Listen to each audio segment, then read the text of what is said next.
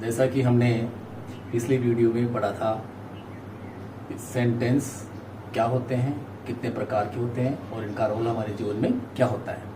अब कुछ बच्चों ने कमेंट्स करके हमें बताया कि सर सेंटेंस बनते कैसे हैं, सेंटेंस बनाने के लिए हमें किन किन चीज़ों की आवश्यकता होती है।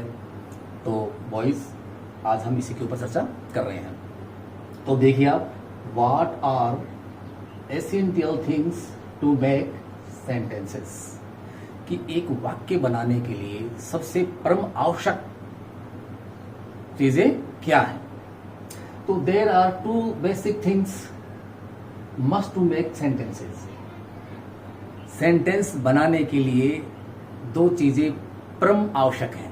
मस्ट का यूज वहां होता है जो बिल्कुल अत्यावश्यक हो, जिसके बिना कोई काम होता ही नहीं हो, मस्ट। तो उनमें फर्स्ट ऑफ देम सब्जेक्ट आता है आपका। वाक्य बनाने में सबसे महत्वपूर्ण जो भूमिका होती है वो सब्जेक्ट और प्रीडिकेट की होती है। अब कुछ बच्चों ने कहा कि सब्जेक्ट का रोल क्या होता है। भाई सब्जेक्ट का रोल वही होता है जो आपके परिवार में आपके मुखिया का होता है। सीधी सी बात, हम भाषा में कह सकते हैं कि जो रोल बापू का होता है, जो पूरी फैमिली को हैंडल करता है, उसके लिए आवश्यक चीज़ों की आवश्यकता करता है, तो आप उसको क्या कह सकते हैं, subject is a dominate, subject is a hero. तो what is subject? Subject is the doer of the action, कि कार्य को करने वाला सब्जेक्ट होता है। This is like a hero. और जो सब्जेक्ट है वो बना है सब, तो सबसे मतलब होता है समबॉडी, एनी बॉडी, समबॉडी। लेकिन वो समबॉडी कैसा होना चाहिए? डूअर, काम करने वाला होना चाहिए, लिविंग होना चाहिए, उसी को आप सब्जेक्ट कहते हैं। और ये जो सब्जेक्ट होता है बेसिकली क्या होता है कि आप जब टेंस पढ़ते हैं तो टेंस में और एक्टिव वॉइस में इसका सबसे ज्यादा यूज होता है। जैसा हमने देखा, they swim in the river, वे नदी में तैरते हैं। तो बच्चों इसमें देखा आपने, दे क्या है? सब्जेक्ट है, स्विम क्या है? वर्ब है, और इन द रिवर ये आपके अदर वर्ड्स हैं। He gave me a book, उसने मुझे एक पुस्तक दी। तो आपने देखा कि इसके अंदर क्या होता है, सब्जेक्ट और प्रेडिकेट का एक पर्टिकुलर रोल होता है।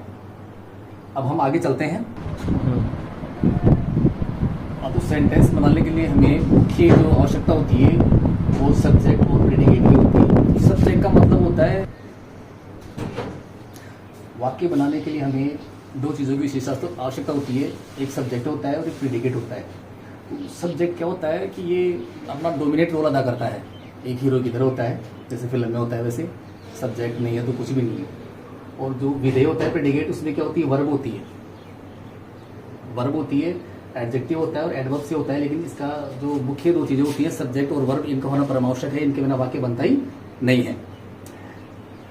If we want to make a sentence we have to use of subject and verb. We can not make any sentence without subject and verb. Subject और वर्ब के बिना हम किसी भी प्रकार का वाक्य नहीं बना सकते हैं। अब कुछ लोग कहते हैं कि सब्जेक्ट से वाक्य बनता है, सब्जेक्ट के बिना वाक्य बनता ही नहीं है। तो भाई हम कहते हैं सब्जेक्ट के बिना क्यों नहीं, सब्जेक्ट के बिना भी वाक्य तो बनता है। तो सब्जेक्ट का मतलब होता है डूअर, काम करने वाला हो, एक्शन परफॉर्मिंग हो, लिविंग हो, कहने का मतलब सजीव हो। जो सजीव होता है, काम करने वाला होता है, उसी को सब्जेक्ट कहा गया है। लेकिन कहाँ? टेंस में और आपके एक्टिव वॉइस में कहा गया है। दूसरी तरफ अपन बात करते हैं कि जो निर्जीव होता है, क्या वो सब्जेक्ट नहीं होता है? जो निर्जीव होता है, क्या वो काम नहीं करता है? तो कैसे पॉसिबल है ये तो पॉसिबल नहीं है। तो भाई ये बिल्कुल पॉसिबल है। कैसे? जैसे अपन ये पढ़ते हैं, अपना वॉइस पढ़ते हैं, ऐसी वॉइस अपन पढ़ते हैं तो बिल्कुल निर्जीव से आपके वाक्य बनते हैं। सब्जेक्ट कैसे हो सकता है? नॉन डूअर भी हो सकता है, मतलब जो काम नहीं करता वो भी सब्जेक्ट हो सकता है। नॉन लिविंग जो निर्जीव होता है वो भी सब्जेक्ट हो सकता है। जैसे कि आप इधर देख रहे हैं, जो सब्जेक्ट लिविंग है, डूअर है, वो आपके टेंस में है और आपके एक्टिव वॉइस में है। तो इसके अंदर क्या है कि ही टीचेज मी इंग्लिश, वह हमें अंग्रेजी पढ़ाता है। तो इसमें पढ़ने का काम कौन कर रहा है? वह है।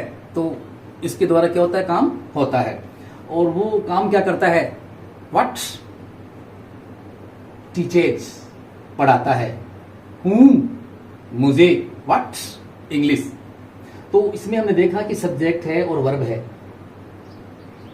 इनके माध्यम से आपका ये क्या बन गया है, सेंटेंस बन गया है। तो ये सब्जेक्ट है, इसको तो आपने, ये सब्जेक्ट है, सब्जेक्ट के बाद का जो आपका ये जो पोर्शन है वर्ब से यहां से लेकर के और एंड तक आपका ये क्या हो गया, प्रेडिकेट हो गया है। इससे आप क्या कहते हैं, प्रेडिकेट कहते हैं। अब इसमें देखा आपने कि ही टीचेज मी इंग्लिश, तो ये जो मी है ये कौन सा आपका इनडायरेक्ट ऑब्जेक्ट है, और इनडायरेक्ट ऑब्जेक्ट क्या होता है आपका, इसके अंदर आपका जो है लिविंग होता है उसको इनडायरेक्ट ऑब्जेक्ट कहते हैं, जो नॉन लिविंग होता है उसको अपन डायरेक्ट ऑब्जेक्ट कहते हैं। उदाहरण के तौर पर आपका है Ram eats a mango, Ram एक आम खाता है। अब हम जब छोटे थे तब भी राम आम खाता था, अब बड़े हो गए तो भी राम आम खाता है। तो अब क्या राम के बिना और कोई आम खाता ही नहीं है, लेकिन ये काफी पॉपुलर है, जो name of Ram is very popular and respectable word. तो अब आप आगे देखिए, ये पैसिव बना है, I am taught English by him, मुझे उनके द्वारा इंग्लिश पढ़ाई जाती है, और English is taught to me by him. अब ये इंग्लिश है तो ये क्या है, नेम ऑफ लैंग्वेज। तो इसमें जान तो है नहीं, ये नो लिविंग है, लेकिन उसके बावजूद भी देखो ये सब्जेक्ट का काम कर रही है। तो English is taught to me by him.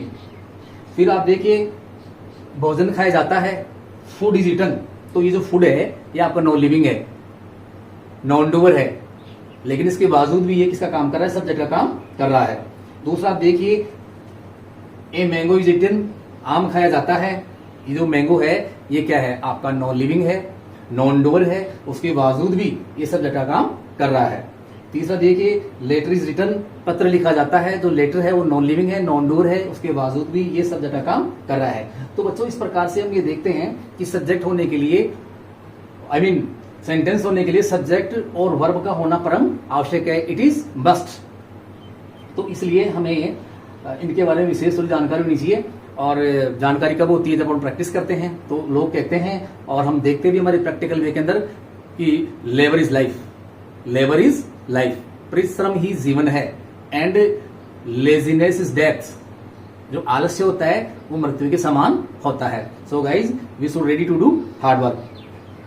और आप लोग कमेंट करके बताइए कि हमारा वीडियो आपको कैसा लगा, और जिस प्रकार कोई और आप कुछ हमसे नया जानना चाहते हैं या पूछना चाहते हैं, जो भी सजेशन होते हैं वो हमारे लिए बहुत ही वैल्यूबल हैं। Thanks for it.